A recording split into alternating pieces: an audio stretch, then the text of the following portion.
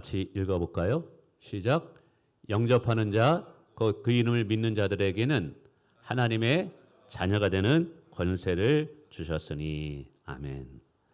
우리 옆에 분과 인사하겠습니다. 잘 오셨습니다. 잘 오셨습니다. 그리고 새해 복 많이 받으시길 바라겠습니다. 예, 잘 오셨습니다. 예. 여러분 새해 복 많이 받으시길 바랍니다. 우리는 계속해서 예수님을 통해서 우리가 얻게 된 은혜들을 살펴보고 있습니다. 예수님을 통해서 죄인이 의인이 되었죠. 또 예수님을 통해서 우리는 하나님 앞에 구할 수 있는 기도의 특권을 얻은 자가 되었습니다. 자, 오늘도 계속해서 우리가 예수님을 통해서 어떤 권세와 은혜들을 얻었는지를 잠시 살펴보기를 원하는데요. 아마 이 본문의 내용은 얼마 전에 특별 새벽 기도 때 간단히 제가 전한 말씀이기도 합니다. 그러나 저는 이 말씀이 제게 굉장한 큰 의미가 주어졌고 깨달음을 얻게 되었습니다. 성경에 보면 귀 있는 자는 들을지어다 말씀하시면서 성경의 말씀을 듣고 깨닫게 되므로 믿음이 생긴다고 얘기해요. 예수님이. 그래서 이 깨달음이라는 것, 이게 어떻게 보면 영적인 확장이 이루어지는 순간이에요. 저는 이 구절의 말씀이 단 한 구절이었지만 이 속에서 나름대로 하나님의 은혜의 깨달음을 얻고 나서 저의 신앙의 지경이 좀 더 넓혀졌습니다.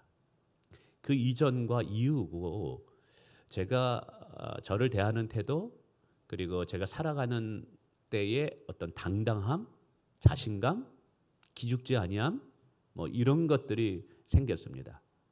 그래서 제게는 이 말씀이 굉장한 의미가 있었던 거예요. 하나님께서 이 말씀을 통해서 저의 사역의 지경을 넓혀주시고 믿음을 확장시킨 것처럼 오늘 여러분에게도 그런 은혜를 주셨으면 좋겠습니다. 자, 요한복음 1장 12절을 한번 다시 한번 읽어보기를 원합니다. 너무 중요해서요. 다 같이 읽어볼까요? 시작. 영접하는 자, 그 이름을 믿는 자들에게는 하나님의 자녀가 되는 권세를 주셨으니. 아마 다 요절암송하고 있을 거예요. 신앙인이라면 가장 중요한 구절 중에 하나는 거죠. 우선 영접하는 자, 영접한다라는 게 뭐냐? 내 마음을 열고 예수님을 그리스도로 받아들이는 거예요. 다른 말로 얘기하면 예수님을 나의 구원자, 그리스도라는 게 나의 구원자라는 것이거든요. 나의 구원자, 하나님, 나의 하나님, 또 나의 왕으로 믿고 받아들이는 것을 우리는 영접한다라고 이야기합니다.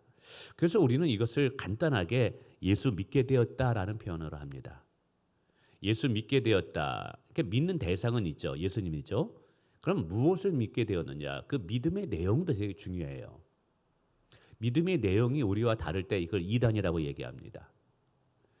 근데 예수님을 나의 구원자로, 나의 죄를 사해 주시는 하나님의 아들로, 그리고 나의 인생을 책임져 주시는 나의 왕으로 믿고 받아들이는 것을 우리는 예수 믿는다라고 표현하고 있습니다.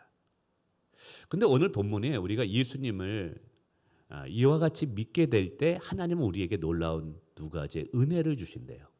두 가지의 축복을 주십니다. 성경은 그 두 가지 선물을 이렇게 표현합니다. 하나는 신분의 변화가 일어나요. 두 번째는 신분의 변화에 따라서 권세가 주어져요.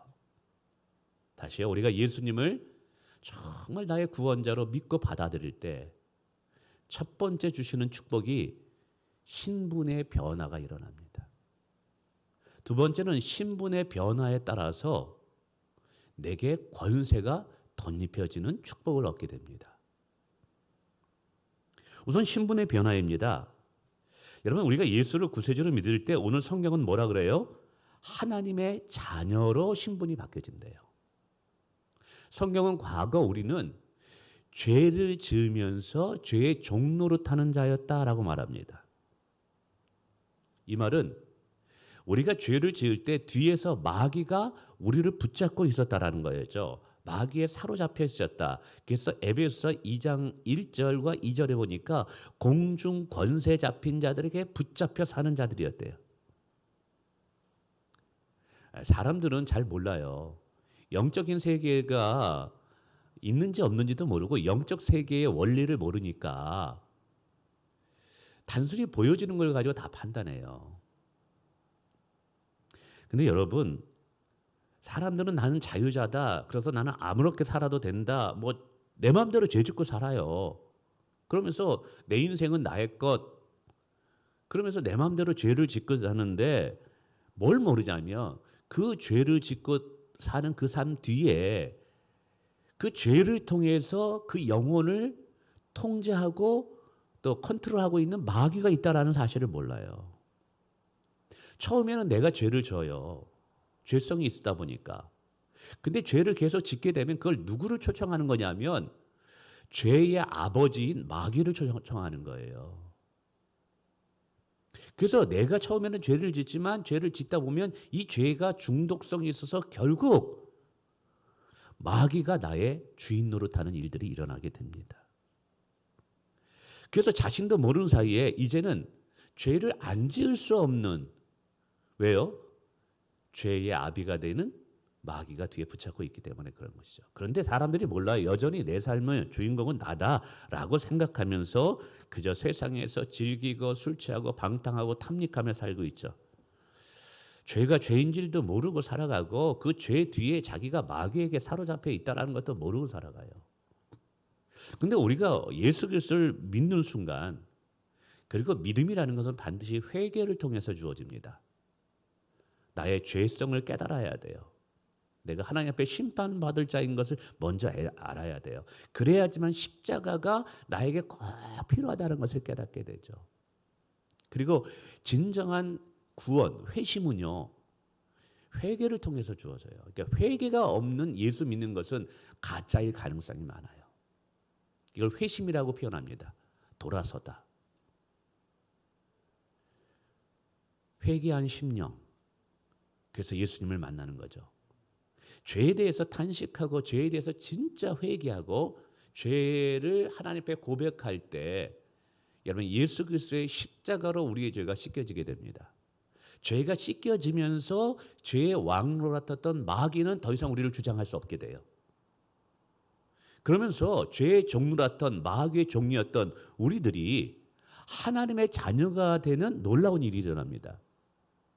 이것을 우리 쉽게 말하면 하나님께서 고아와 과부 같은 우리를 하나님의 자녀로 입양시켜 준 거예요.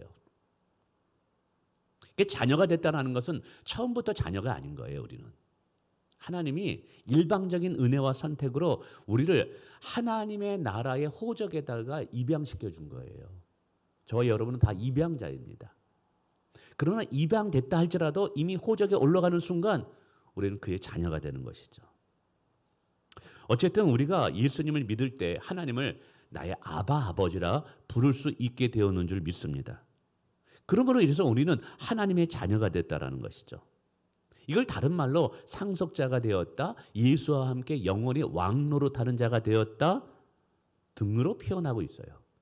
어쨌든 우리가 예수를 믿을 때 가장 큰 축복은 여러분 진노와 저주에 받을 마귀의 자녀가 하나님의 자녀로 신분이 바뀌어졌게 됐다는 사실이죠. 이게 감동이 없네요, 이게. 그런데 신분이 바뀌면서 함께 따라오는 것이 있습니다. 이게 뭔지 아세요? 신분에 따른 권세가 따라와요. 제가 오늘 말씀드리려고 하는 핵심의 주제는 이거예요. 신분에 따른 권세. 오늘 하나님의 자녀가 되는 순간 하나님의 자녀가 되는 권세를 얻게 되었다라고 이야기해요. 영접하는 자, 곧 그 이름을 믿는 자들에게는 하나님의 자녀가 되는 권세를 주셨다. 사실 성경은 예수 그리스도를 영접할 때, 받아들일 때, 믿을 때 하나님의 자녀가 된다라고 표현해도 괜찮아요. 그리고 다른 성경에는 예수님을 믿을 때 하나님의 자녀가 되었다라고 표현해요. 근데 굳이 요한복음에만 하나님의 자녀가 되는 권세를 얻었다라고 표현해요. 왜 이렇게 표현할까요? 혹시 성경을 읽다 보면 여러분 이런 뭐라고 표현해야 될까요? 뭔가 완전히 해소되지 않아서 뭔가 있는 것 같은데 이게 뭐지? 근데 성경을 읽고 넘어가면서 뭔가 찝찝해요. 뭔가 완전히 내 마음이 시원하게 뻥 뚫리지 않아요. 그런 거 느껴본 적이 있으세요? 저는 요한복음 1장 12절 읽을 때 처음에 그랬어요. 예수님을 나의 구원자로 받아들이면 하나님의 자녀가 된다라고 하면 이해돼요. 그런데 거기에 하나님의 자녀가 되는 권세를 주셨으니 라고 표현했단 말이에요. 아니 굳이 권세라는 단어가 들어갈 필요가 없는데 자녀로만 얘기해도 되는데 왜 권세라는 단어를 여기다가 붙여놨을까? 무슨 의미가 있는 것 같은데 어떤 의도가 있을 것 같은데 잘 모르겠어요. 그래서 청년회 때 선배 형님들에게 물어봤어요. 형, 예수님을 믿으면 하나님의 자녀가 된다라는 것을 알겠는데 왜 여기에 자녀가 되는 권세를 얻었나지라고 이 권세라는 표현을 썼어? 어, 그래? 나는 그런 고민을 해본 적이 없어. 그렇게 얘기를 하더라고요.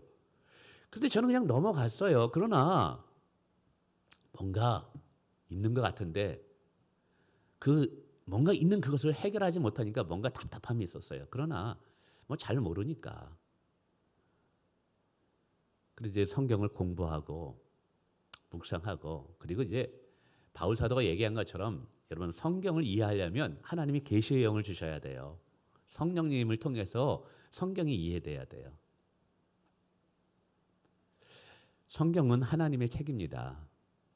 성령 하나님에 의해서 기록됐어요. 그래서 성경의 원저자는 성령님이기 때문에 성령님의 도우심이 있어야지만 성경이 해석이 되어져요.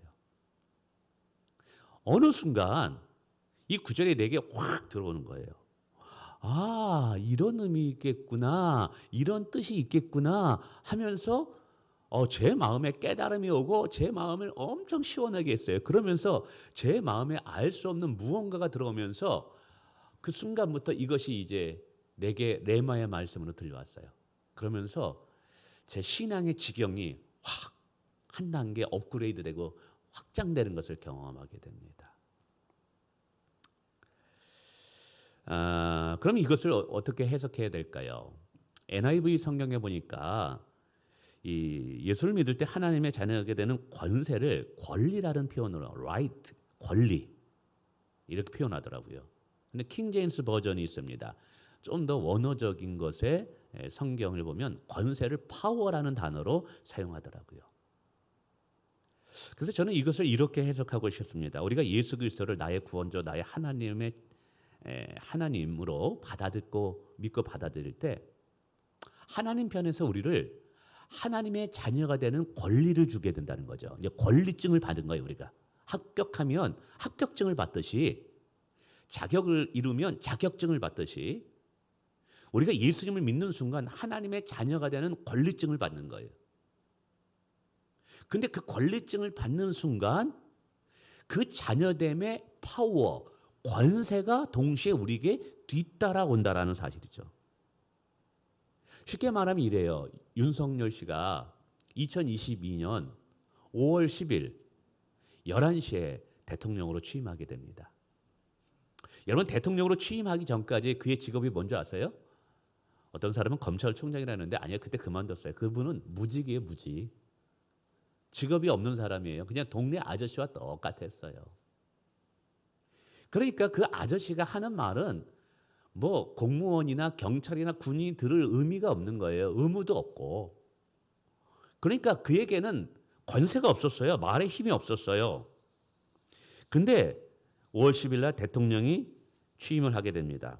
그리고 대한민국의 최고의 통치권자에 오르게 됩니다. 뭐가 바뀌었어요? 신분이 바뀌었어요. 무직 옆집 아저씨에서 대통령이라는 신분으로 바뀌게 됩니다.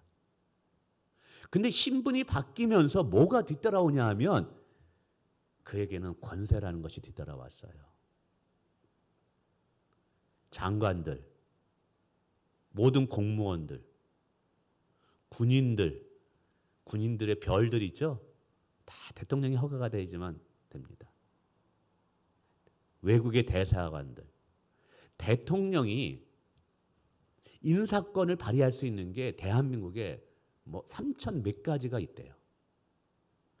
그것도 가장 중요한 핵심적인 3천 몇 가지의 인사권을 발휘할 수 있는 권리가 주어진다는 거죠. 그래서 이제부터는 그가 대통령이 되는 신분의 변화가 이루어지는 순간부터 그가 하는 모든 말에 모든 공무원, 군인, 경찰 다 그 말에 따라야 되는 거예요. 신분의 변화가 주어지면서 한순간에 엄청난 권리와 힘이 그에게 주어진 거예요. 신분이 바뀌니 권세가 생겼다 이 말이에요. 영적인 원리도 마찬가지예요. 예전에 우리는 하나님과 아무런 상관이 없는 자들이에요. 그런데 예수를 믿고 하나님의 자녀가 되는 순간 이 신분의 변화 때문에 오늘 우리에게는 하나님의 권세가, 하나님의 파워가 함께 따라온다라는 거예요. 여러분 믿으시길 바랍니다. 근데 성도분들은 이거를 잘 몰라요. 그냥 하나님의 자녀가 되었구나 하고 여기서 여기서 끝이에요. 하나님의 자녀가 되는 권세도 함께 따라왔다라는 걸 몰라서 이걸 누리지를 몰라요. 그러니까 이게 착각하는 분들이 있어요. 신앙은 내가 얼마나 많이 아느냐라고 생각하는데 여러분 아는 것과 누리는 것은 별개예요. 신앙생활을 아는 것과 누리는 것은 별개예요. 주일학교부터 뭐 다 설교 들어왔어요. 근데 과연 그 하나님의 은혜들을 누리고 있느냐 이 말이죠. 예수님이 생명의 빛이에요. 예수님이 우리에게 평안을 주셔요. 여러분 그거 누리고 있으세요? 주장하고 있으세요? 많은 분들이 아는데 그걸 누리지 못해요. 왜 그럴까요? 누리는 것은 권세의 영역인 거예요. 권세의 영역인 거예요. 어느 영국 집에 한 노인이 살고 있었습니다. 그에게는 아주 오래된 중국의 한 도자기를 가지고 있었어요. 화면 한번 보여주실래요? 예, 이 도자기 어땠습니까? 그냥 그런 도자기죠. 이게 좀 커요. 제 키만큼 커요. 그래서 이거를 처분하기도 힘들고 그래가지고 애물단지와 같아요. 그래서 이걸 주로 어디서 하냐면 방문을 열고 문이 자꾸만 닫히니까 그 방문 받침대 옆으로 이렇게 사용해놨대요. 그래서 비가 오는 날 영국에 비가 많이 오니까 현관에다 뭐를 놓았을까요? 우산꽂이로 사용했어요. 이 할아버지가 나이가 늙으면서 경제적으로 어려웠어요. 생활비가 넉넉지 않은 거죠. 그래서 이게 노후를 어떻게 보면 걱정이고 먹을 것도 참 떨어지고 그러다 보니까 어떻게 해요? 궁핍하게 삽니다. 그러다 어느 날 도저히 너무 이제 궁핍하니까 안 될 것 같아서 좀 경제적으로 도움받기 위해서 이 항아리를 고물상에다가 이제 팔려고 내놓습니다. 고물상에 이제 팔려고 내놨는데 그 고물상 주인이 보니까 이게 범상치가 않아요. 그래서 이거 전문가에게 문의하게 됩니다. 근데 전문가가 깜짝 놀랍니다. 이 도자기는 청나라 건룡 황제 당시에 궁중에서 사용했던 도자기였습니다. 화병이었다는 것이죠. 경매시장에 내놓습니다. 이게 얼마에 낙찰되는지 아세요? 이지선이 얼마에 낙찰됐을까요? 그냥 버리기는 아까워가지고 그냥 우산꽂이로 했더니 화병 770억. 집 몇 채를 설 수 있는 자기의 집보다 몇십 배 비싼 화병을 본인이 가지고 있으면서 그저 뭐로만 사용하는 거예요? 우산꽂이로만 사용하고 있는 거예요. 제가 왜 이 비유를 말할까요? 지금 성도들에게는 하나님의 자녀되는 파워, 권세가 얼마나 큰데 이거를 활용하지 못하고 있어서 마치 이 할아버지와 같이 빈곤한 삶을 살고 있다는 것이죠. 아까도 얘기했지만 여러분 아는 것과 누리는 것은 달라요. 누리는 것은 권세의 영역이에요. 솔직히 오늘 저와 여러분이 예수를 믿음으로 하나님이 우리 아버지가 되십니다. 근데 그 아버지가 어떤 분이냐 이 말이에요. 천지를 창조하신 전능하신 분이에요. 엄청난 백이 후원자가 내 뒤에 있는 거예요. 근데 이거 잘 몰라요. 이걸 인식하지 못하고 그냥 교회만 왔다 갔다 하고 있어요. 여러분 재벌 아들도 권세가 대단합니다. 구청 아들도 권세가 있더라고요. 이게 하물며 천지를 창조하신 하나님의 아들, 딸인데 왜 권세가 없겠어요? 이거를 활용을 잘 못해요. 그러면 하나님의 자녀가 되는 권세에는 어떤 권세가 있을까요? 이제 이거를 알고 우리가 활용해야 돼요. 수없이 많습니다. 이게 엄청 많습니다. 근데 중요한 것은 이 권세를 누구 때문에 얻게 되었다? 예수님 때문에 얻게 되었다는 걸 절대 잊으면 안 돼요. 성경의 여러 가지 문맥을 보니까 그중에 시간상 몇 가지로 얘기하면 제가 좀 전달하고 싶은 건 많은데 시간은 부족해서 첫 번째는 아버지의 보호하심을 얻는 권세예요. 아버지의 보호하심을 받는 권세. 여러분, 하나님이 우리를 하나님의 자녀로 입양시켜 줬어요. 입양하는 순간 하나님은 우리의 아버지가 되지만 아버지는 어떤 의도로 아이를 입양하냐 하면 이 아이를 책임질 의미로 아이를 입양해요. 요즘 강아지 입양 많이 합니다. 근데 제발 부탁드립니다. 아무렇거나 그냥 방치하고 중간에 강아지가 이쁠 때는 뭐 기르다가 나이가 들어가지고 힘없으면 강아지 버리는 이런 일들이 비지비지하잖아요. 그래서 절대로 강아지 버리지 말라 그러잖아요. 그러니까 뭐라고 조건을 쓰냐면 끝까지 강아지를 책임져 줄 것을 서약하고 그 강아지를 입양시켜요. 여러분 오늘 우리가 강아지보다는 낫잖아요. 우리 하나님은 우리보다 낫잖아요. 하나님이 저와 여러분을 하나님의 자녀로 입양시키려는 순간 아버지 마음에는 무엇이 있는지 아세요? 끝까지 책임져 주고 돌보시고 보호하시겠다라는 아버지의 결단이 있기 때문에 우리를 입양시킬 수 있었던 거예요. 여러분 자녀들을 데리고 어린 자녀들을 데리고 혹시 해외 여행 가본 적 있으세요? 아니면 먼 타 지역에 여행 가본 적 있었어요? 저도 아이들과 함께 뭐 외국에 좀 다녀본 적이 있습니다.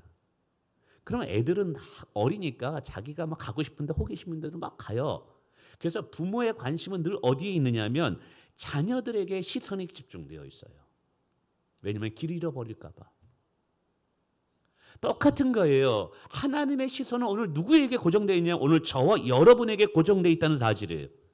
이게 왜 그러냐면 우리는 그의 자녀가 되고 하나님 우리 아버지가 되시기 때문에 그런 거죠. 할렐루야. 그러므로 여러분 하나님의 자녀된 권세 중에 하나는 놀라운 것은 하나님이 우리의 인생을 책임져 주시고 보호하시겠다라는 거예요.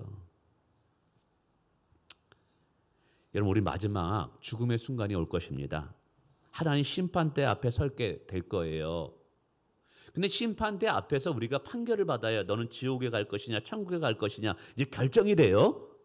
여러분 지옥과 천국이 우리가 죽은 이후에 우리 앞에 두 길이 놓여지게 돼요. 근데 그것을 결정하는 분이 하나님이에요.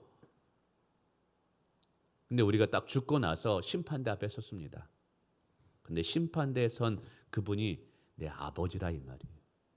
그것만큼 안정되고 편안한 게 어디 있어요? 에? 내가 낯서는 지역에 딱 갔는데 거기에 내가 아는 사람이 거기에 공무원이고 거기에 직책을 맡았다. 굉장히 마음 편합니다. 우리의 영혼을 책임지고 결과를 판단한 분이 우리 아버지가 되신다는 게 얼마나 감사합니까? 성경에 보면 그의 자녀들의 머리 위에 인이 찍혀 있대요. 예수 그리스도의 십자가에 인이 찍혀 있대요. 오늘 저와 여러분은 볼 수 없지만 요한계시록에 보면 천사들은 그걸 봐요. 그래서 뭐라고 하나님이 천사들에게 말하는 줄 아십니까? 인이 찍혀 있는 자들을 끝까지 그들을 이제 돌보고 지켜주라고 이런 표현을 하게 되는데 이제 그게 이제 보이는 거죠 오늘. 여러분 하나님은 오늘 저와 여러분을 돌보시고 보호하시는 줄 믿으시길 바랍니다. 그래서 여러분 두려워하지 마세요. 우리는 안전합니다. 두 번째는 아버지의 것이 나의 것이 되는 권세를 얻게 돼요. 자, 이게 참 중요한데 예를 들면 어느 회사에 큰 대기업 총수 회장님이 있다고 생각해 보세요. 근데 이 사람에게는 아들이 없네. 그래서 자기의 기업을 물려받을 수 있는 누군가를 입양시키려고 해요. 자, 고아원에 갔습니다. 각 보는 순간 어떤 아이를 이제 내 아이로 입양시킵니다. 그래서 호적에 올려요. 그 전까지만 해도 이 아이는 고아원이어서 고아원으로 살았기 때문에 아무것도 없었어요. 어떤 권리나 무엇을 물려받을 유산이 없었어요.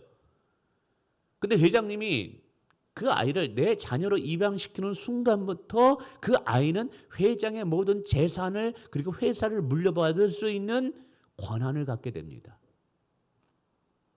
기업을 이게 그래서 성경은 뭐라 그러냐면 저와 오늘 여러분이 하나님의 나라의 유업을 물려받을 자가 되었다라고 이야기하는 거예요.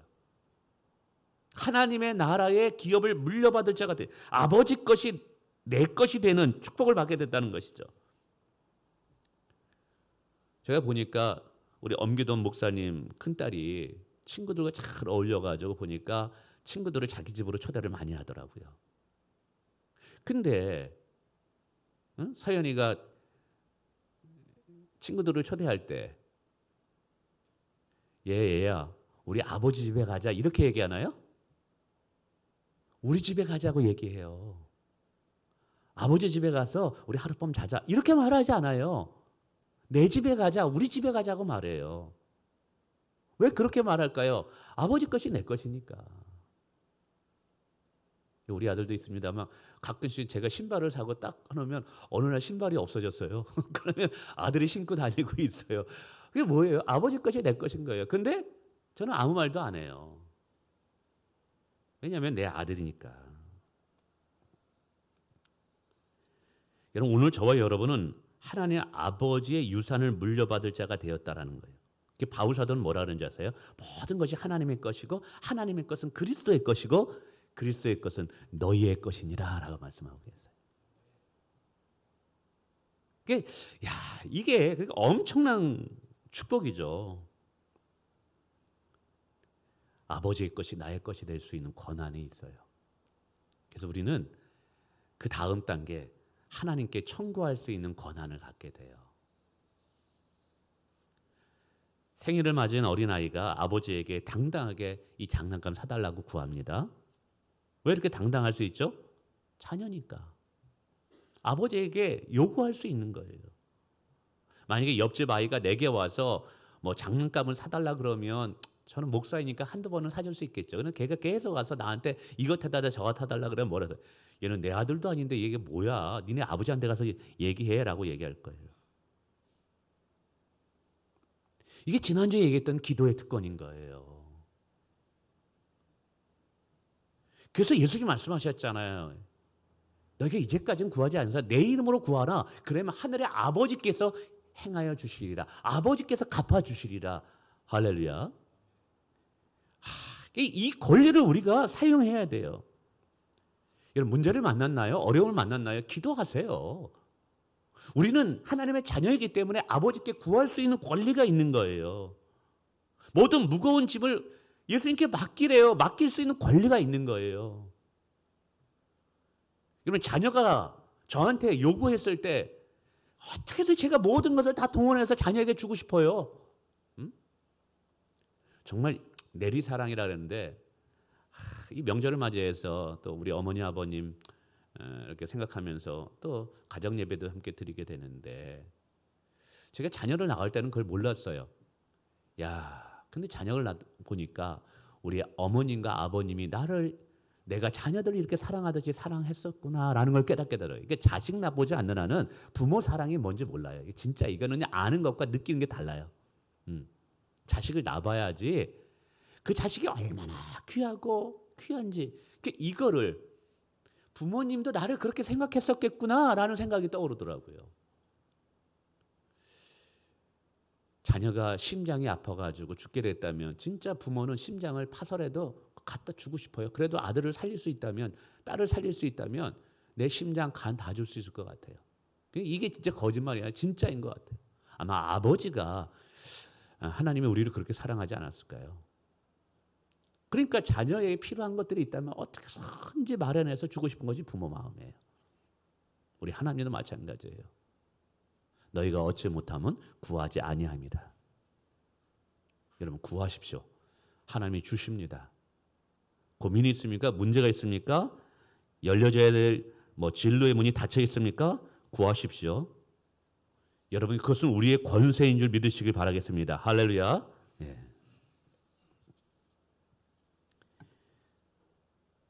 참 중요해요. 여러분, 명령하고 다스릴 수 있는 권세가 또 우리에게 주어집니다. 예를 들자면 큰 사거리에 차가 막 와가지고 퇴근 시간에 막 뒤에 엉켰다고 생각해 보세요. 제가 가지고 호루라기 불면서 막 이리로 가세요 저리로 가세요 해도 운전수 아저씨들은 그럴 거예요. 당신이 뭔데 막 이렇게 얘기하냐고 얘기할 거예요. 근데 거기에 경찰이 가가지고요, 경찰복을 딱 입고 제복을 입고 호루라기 불면 딱 하면 손가락 하나만 딱딱하면 그 한 말에 다 이리저리 해가지고 차가 통제됩니다. 아저씨 절로 가세요. 그러면 절로 갑니다. 왜 그럴까요? 경찰이라는 그에게 권세가 있기 때문에 그런 거예요. 그 명령 한마디에 모든 것을 따르게 된다는 것이죠. 여러분, 우리가 예수를 믿는 믿음으로 하나님 나라의 자녀들이 되었습니다. 이게 왕자와 공주가 됐다고 어린아이들은 이렇게 얘기하죠. 이러므로 인해서 오늘 우리에게는 명령하고 다스릴 수 있는, 선포하여서 그대로 될 수 있는 권세가 있는 거예요. 여러분, 마가복음 16, 17, 18절은 이걸 이렇게 말합니다. 제가 한번 읽어볼게요. 믿는 자들에게는 이런 표적이 따르니, 이 표적이 뭐냐면 권세예요. 이거는 하나님의 자녀가 됐기 때문에 우리에게 주어진 권능이에요. 이게 오늘 저와 여러분이 누릴 수 있는 권세예요. 이거를 뭐라냐면 그들이 내 이름으로, 예수 그리스도의 이름으로 귀신을 쫓아낸다는 거예요. 예수의 이름으로 귀신을 떠나갈지어다. 우리가 명령할 때 우리는 하나님의 자녀가 되는 권세를 얻었기 때문에 귀신들이 우리 앞에 굴복한다라는 거예요. 어떤 분들은 이사 갈 때도 손 없는 날 가야 되고 뭐 하는 날 뭐 복잡하더라고요. 뭐 그래서 뭘 따지고 이 날은 안 되고 뭐는 안 되고 뭐 거기에 막 휘둘려 가지고요. 그리고 또 결혼할 때도 뭐 사주 팔자 뭐 본다 거기 안 되고 뭐 안 되고 결혼식 잡는 날도 뭐 때문에 안 되고 얼마나 복잡한지 몰라요. 그게 뭐냐면 다 종로를 타고 있는 거예요. 오늘 여러분, 예수 믿는 자들은 사단마귀 예수의 이름으로 묶을 수 있는 권세가 있는 거예요. 할렐루야. 예수의 이름으로 마귀는 떠나갈지어다 하면 떠나가는 거예요. 예. 베드로가 앉은 벽에 뭐라고 말합니까? 내가 은과 금은 없지만 내게 있는 예수의 이름을 명하노니 일어나 걸어갈지어다 하니까 걸어가는 거예요. 오늘도 저와 여러분에게는 영적인 세계에서 여러분 사단마귀를 통제할 수 있고 예수의 이름으로 명할 수 있는 권세가 있는 거예요. 사단마귀는 계속해서 우리에게 염려와 근심과 두려움을 줍니다. 불안함을 줍니다. 여러분, 거기에 사로잡혀서 벌벌 떨면서 살겠어요? 아니죠. 우리는 명령해요. 예수의 이름으로 나를 두렵게 하는 모든 것들은 떠나갈지어다. 예수를 명하노니 근심케 하게 하는 사단마귀는 떠나갈지어다. 평안을 얻게 될지어다. 할렐루야. 새 방언을 말하며 기도의 능력을 얻는 거예요. 뿐만 아닙니다. 그 다음에요. 뱀을 집어 올리며 무슨 독을 마시라. 이게 뭐냐면 해를 받지 않은 거예요. 보호하심의 축복인 거예요. 또 병든 사람에게 손을 얹으즉 나으리라. 여러분, 이건 예수님만이 하셨던 권세예요. 그런데 그 권세가 하나님의 자녀가 되는 우리에게 주어진 거예요.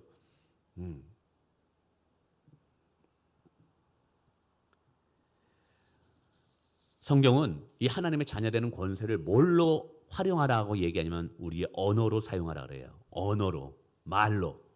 마가복음 11장 23절입니다. 내가 진실로 너희에게 이르노니, 얼마나 중요했으면 진실로 너희에게 이른다고 얘기했겠어요. 얼마나 중요하면 진실이라는 단어를 썼겠어요. 영어로 하면 truly, 진짜, 내가 진짜 너희에게 말한다 이 말이에요. 이거 가짜 아니라는 거예요. 이거 믿으라는 거예요. 이렇게 얘기하는 거예요. 진실로라는 게 뭐냐면 truly, 정말 이거 사실인데 너희에게 내가 주는 약속인데 이거 받아들여야 된다 이 말이에요. 누구든지 이 산더러 들려 바다에 던지라 하며 그 말하는 것이, 이게 말하는 것, 그 말이 뭐냐면 내 입술로 이 산더러 들려 바다에 던지라 라고 말하는 거예요. 내가 선포해야 돼요. 왜냐하면 그 말에 하나님께서 우리에게 권세를 주셨기 때문에 그래요. 이루어질 줄 믿고 의심하지 않고 말하면 그대로 되리라. 여러분, 그러므로 어려운 일 만났을 때 염려하지 말고 여러분 입술로 기도로 선포하시길 바랍니다. 예수님을 명하노니 떠나갈지어다. 믿음을 선포하세요. 축복을 선포하시길 주님의 이름으로 축원을 드리겠습니다. 정말 이 외에도 정말 많아요. 아버지에 들어갈 권세도 있고요. 뭐 다양합니다. 예전에 이런 이야기가 있죠. 바지 사장이라는 거 아셔요? 회사의 바지 사장. 이름만 대표로 세우는 거예요. 권한도 없어요. 권리도 없어요. 그냥 바지 사장일 뿐인 거예요. 또 요즘 뭐 술 사장 접대하면서 술만 대접하는 사장인 거예요. 오늘 저와 여러분이 하나님의 자녀되는 권세는 바지 사장이 아니라니까요. 실제적으로 예수 그리스도가 우리 아버지가 되시면서, 근데 그 하나님이 여러분 천지를 창조하신 하나님이라는 거예요.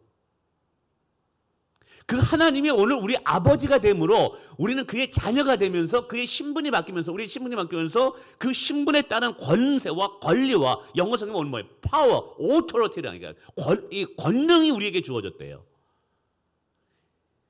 근데 이게 아까도 말씀드렸지만 그냥 아는 것에, 설교 듣는 것에 끝나면 안 돼요.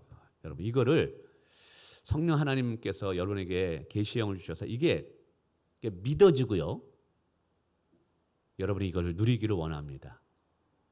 제가 말씀드렸잖아요. 오늘 설교 마칩니다만 여러분 이것을 내가 영적으로 깨닫기 이전과 이후가 너무 많이 차이가 있고 내 믿음의 지경이 넓혀지고 내 삶의 어떤 그 믿음이 확장되는 것을 내가 느껴졌어요.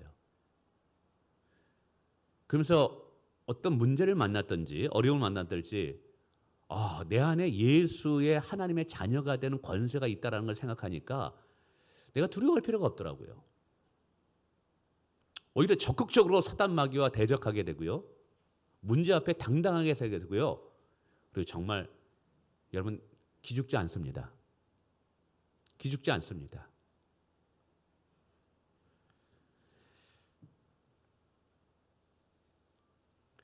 여러분 말씀을 맺습니다. 2023년 우리는 예수님을 통해서 많은 은혜들을 얻게 되고 축복을 얻게 돼요. 그중에 뭘 얻게 됐냐 오늘은 기억하세요. 하나님의 자녀가 되는 권세를 얻게 되었습니다. 여러분 이것을 그냥 깨닫지 못하고 인식하지 못하고 그렇게 살지 말고요. 이걸 활용하세요. 이걸 적극적으로 선포하세요. 그리고 예수의 이름으로 여러분 자녀들을 위해서 축복하시고 문제 앞에서 그걸 선포하세요. 여러분 그럴 때 우리는 그 권세됨의 축복을 누리게 된다는 사실이죠. 정말 이게 우리가 전능하신 하나님의 자녀가 되어서 그 권세를 누리고 있다고 한번 생각해 보세요. 무엇이 두렵겠습니까? 무엇이 우리 앞길을 가로막을 수 있겠어요? 여러분 2023년에 그 권세를 누리는 저와 여러분 되시기를 주님의 이름으로 축원을 드리겠습니다.